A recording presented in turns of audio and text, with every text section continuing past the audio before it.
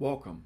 Today I'm going to be reading from the book Aesculapius, The Perfect Discourse of Hermes Trismegistus by Clement Salaman.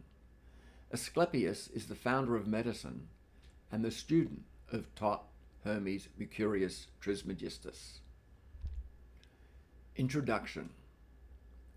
The Aesculapius, together with its sister book, the Corpus Hermeticum, contains the philosophical wisdom ascribed in ancient times to the Egyptian god Tot, or Tehetu, or Hermes Mercurius Trismegistus, who was said by St. Augustine, 354 to 430 AD, to have lived on earth at the same time as Moses. The Greek original, now lost, of the Latin text from which this book was translated was probably composed between 100 and 300 AD in Alexandria. The earliest record of our Latin version is the use of it by St. Augustine for quotation. The original title of Aesculapius was Logos Telios, the Perfect Discourse. Why that title? The author said it had more divine power than any I have previously spoken. It seems to express his deepest thoughts on the oneness of the universe and the true divine nature of man. Hermes influenced early Christianity and has inspired some of the greatest thinkers in the West, from Dionysius through Isaac Newton, who translated the Hermetic Emerald Tablet, to Ralph Waldo Emerson. The setting. The opening of the Aesculapius creates an atmosphere of intense fervor and expectation. The setting is Egyptian, but the emotion is universal. It is one where disciples wait expectantly to hear mysterious secrets from their teacher, which they hope will transform their lives. The master is insistent upon secrecy. No one is allowed to hear the conversation except three special disciples, Aesculapius, Tot, and Hammon. Aesculapius's name was famous, for his grandfather was the first outstanding doctor of antiquity, and was made a god after his death. He was honored in Greece and Rome as well as in Egypt. His grandson was now devoting himself to the wise Hermes to study philosophy, the art of healing the soul. Hammon's late entry to the select company is to emphasize that only the suitably prepared may be admitted to the circle, for a conversation worthy of such reverence and on such a profound topic would be profaned by the arrival and presence of many people. Jesus shows similar concern to protect his teaching. Give not that which is holy to the dogs, neither cast ye your pearls before swine, lest they trample them under their feet, and turn again and rend you. There is another consideration. A conversation is two-way. What the teacher can say, and from what part of his mind the instruction comes, is dependent upon the state of the audience. Hermes points out a number of times the very concentrated attention and total receptivity required. The presence of this state is referred to at the beginning of the work, when Hammon had entered the sanctuary and the fervor of the four men had filled this holy place.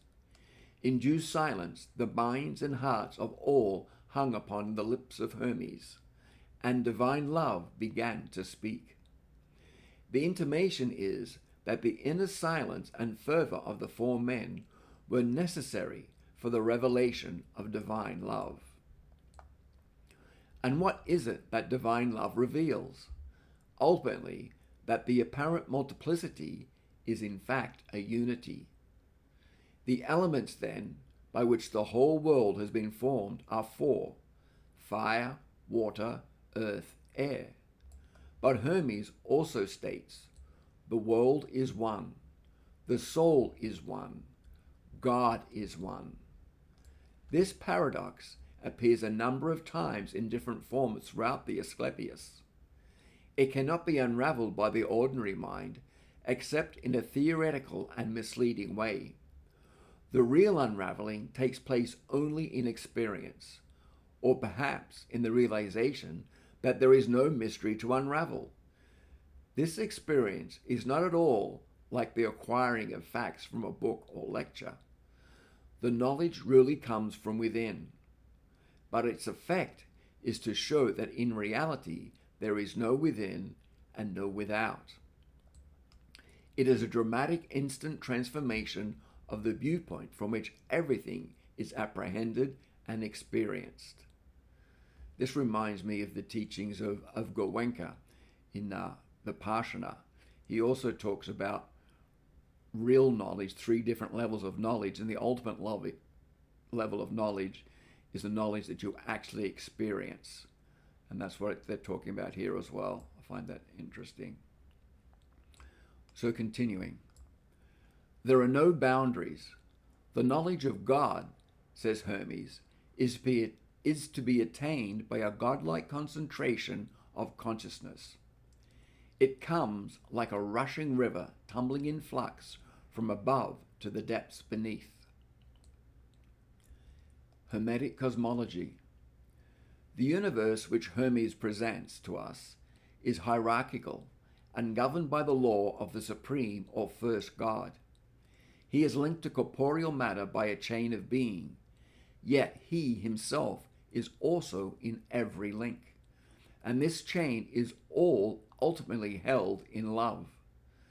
The administrator of all things is the cosmos, described by Hermes as the second god.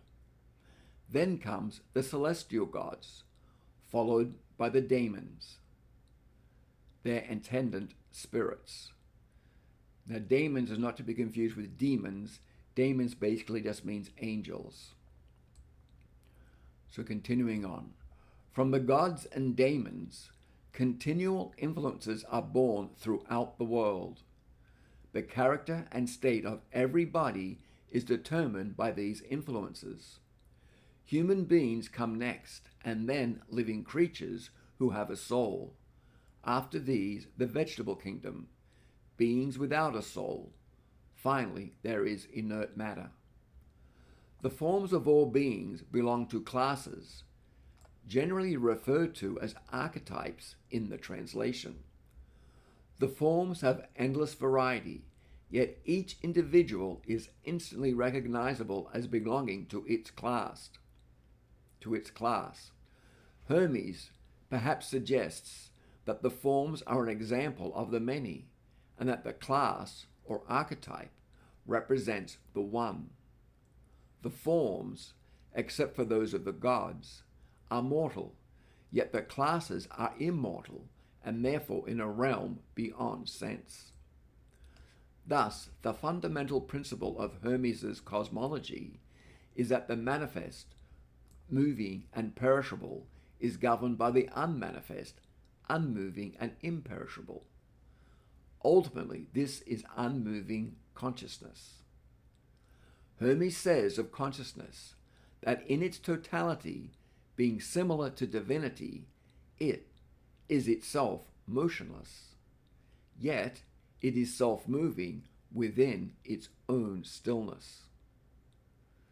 Yes, there's a lot of these seemingly contradictions throughout all the Hermetic teachings. It all just requires a different perspective, I think, to understand. So continuing, consciousness is holy, uncorrupt, and eternal, and whatever can be named higher than that, if anything can be. In discussing eternity and stillness, Hermes comes closest to explaining the enigma of how the supreme God can be both one and all. He states that time always turns upon itself, and thus always returns to eternity. The idea of turning on itself suggests the movement of the heavenly bodies, which in time always return to the same positions. They are never out of positions which they have been in countless times before, and in which they will countless times again. Thus there is a movement in eternity which is always within itself. The stillness of eternity is in movement, but the movement of time is made still by the unchanging law which governs its course. The concept is of absolute stillness, existing in the unchanging law, which itself arises in the divine consciousness and is inseparable from it. Of this Hermes writes, "Such then is the nature of this being, imperceptible, unlimited, unthinkable, immeasurable." The Hermetic view of man. However, the main focus of the Aesculapius is man. Hermes describes him as a second image of the Supreme and the third God. Although as a class, man is placed below the daemons, spirits. Through the power of association, he has the potential to become whatever he associates with, any entity from God to matter. And man becomes similar to those with whom he lives. Divine consciousness reaches down to human beings and is accessible to them through the power of attention. Before he begins an exposition of the threefold deity and the nature of man, Hermes asks Aesculapius to listen, not only with keen attention, but with liveliness of mind. Before describing to his disciples how everything in the cosmos is interconnected, he warns, "If you do not hear the words of the speaker with attentive obedience, the discourse will fly over you and flow around you, or rather, it will flow back and mingle again with the waters of its own source." As always, it is the state of the student which determines the power of the master. Access to divine consciousness gives human beings enormous power. Early in the work, Hermes bursts into praise of man, for Hermes has discovered man's potential in himself. Man is a great miracle, a being to be adored and honored. He passes into the nature of God as though he were God. Praising Hermes is a key element in transformation, a transformation which the discourse is intended to bring about. Man has been made partly of divine substance and partly of matter. The true man views with contempt that part of nature in himself which is human, since he has put his entire trust in the divinity of the other part. Unchanging spirit is the only ultimate reality for Hermes. It is the divine part of human beings that enables those who have found access to it to fulfill the first role for which man was brought forth, to contemplate and reverence God, or to revere God. A God without worship is a God without power. St. Matthew tells us, 1356, that even Jesus could not do many mighty works in his own country because the people lacked faith in him. Man's second role, not in reality different from the first, is to care for creation. He loves the creation just as he is beloved by the gods. Hermes emphasizes man's duty to the planet, with a force of which there is a strong resonance today. He makes the point that to fulfill this obligation, man needs the physical body which he has been given. The body does not therefore imprison the human being, as in Plato, but rather exalts him. He has been placed, according to Hermes, in the fortunate middle position, a position which makes man superior to the gods. But the position brings a danger. Because of their double nature, human beings can identify with the divine, but equally through their physical body, they can associate with matter and therefore sink to lower forms. They have free choice, which is the essence of their stature. They are bound to the consequences of that choice by the unchanging law. If we have completed our term of service, discharged our worldly duties, and have been freed from the bonds of mortality, God will restore to us to our higher. God will restore us to our higher, that is, divine nature, free from blemish and inviolable. As in Plato, the divine part of the soul is immortal. Why should we make any other choice? This question seems to be in Aesculapius's mind when he asks, why has God permitted evil to be brought into the world? Hermes explains that it is because the imperfections of matter are mixed within bodies, together with other imperfections derived from the food and nourishment which we take through necessity, as do all living beings. It is therefore inevitable that the desires arising from greed and other vices of the mind steal into human souls. This greed takes the form of desire for possessions. These are alien to the parts of man which have kinship with the divine. Thus we must despise not only those things we grasp at, but also the very source within us from which the grasping comes. That's a key point. I'll read that part again. Thus, we must despise not only those things we grasp at, but also the very source within us from which the grasping comes. The grasping comes from a man's corporeal nature, which is nevertheless essential to his function in the cosmos. But if he seizes parts of the creation for himself, he begins to associate with his corporeal nature and to forget the divine. As in Plato's Phaedrus 248, the soul which is unable to follow the gods sinks beneath the double load of forgetfulness and vice. It would require a major change in the emotional state of the disciple to reverse this process. But this is, perhaps, what is about to happen.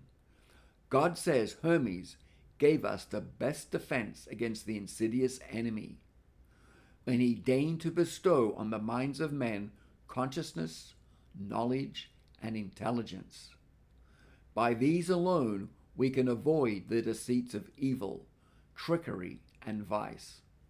However, if we use these gifts selfishly, we suffer the consequence.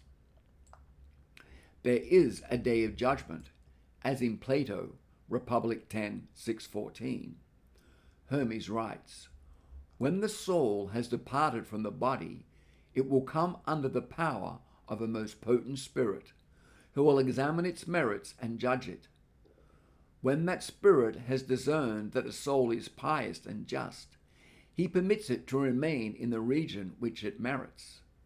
But if he sees it covered with the stains of crime and oblivious to its vices, he hurls it from the heights to the depths, delivering it to storms and whirlwinds, to the ever-contending elements of air, fire, and water, so that it is caught between heaven and earth, continually buffeted in different directions by the turbulence of the world. If humans do not choose to come under the finer laws voluntarily, they come under the laws pertaining to matter, which are governed by the three ineluctable forces of destiny, necessity, and order. Immortality, says Hermes, then becomes a burden. The oldest recorded version of the Day of Judgment is an illustrated spell, 125, in the Egyptian Book of the Dead, 14th century BC. It is curiously appropriate as it is Tot, who seems to be officiating and recording the result of the heart being weighed against the feather of truth. What is deplorable for Hermes is that education, instead of freeing the mind, helps to enthrall it. Philosophy, he says, has become mingled with other subjects, for instance, music, arithmetic, and geometry, which has made it difficult to understand. Pure philosophy should attend to these other subjects just sufficiently to marvel at the knowledge that the heavenly bodies return regularly to the same predetermined positions, and to revere and praise the divine artistry and intelligence. In Hermetic writing, praise can lead directly to second birth. The proper study of music can reveal the one through the many. To understand music is to comprehend the arrangement of all things, which is determined by divine proportion. By this proportion, which comes from the supreme artist, the arrangement of all individual things is transmuted into one.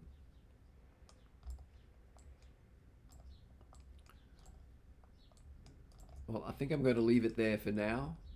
And if you're watching this on YouTube, please, if you have any comments, please put them below, and I'll try to get back to those comments. Thank you and God bless.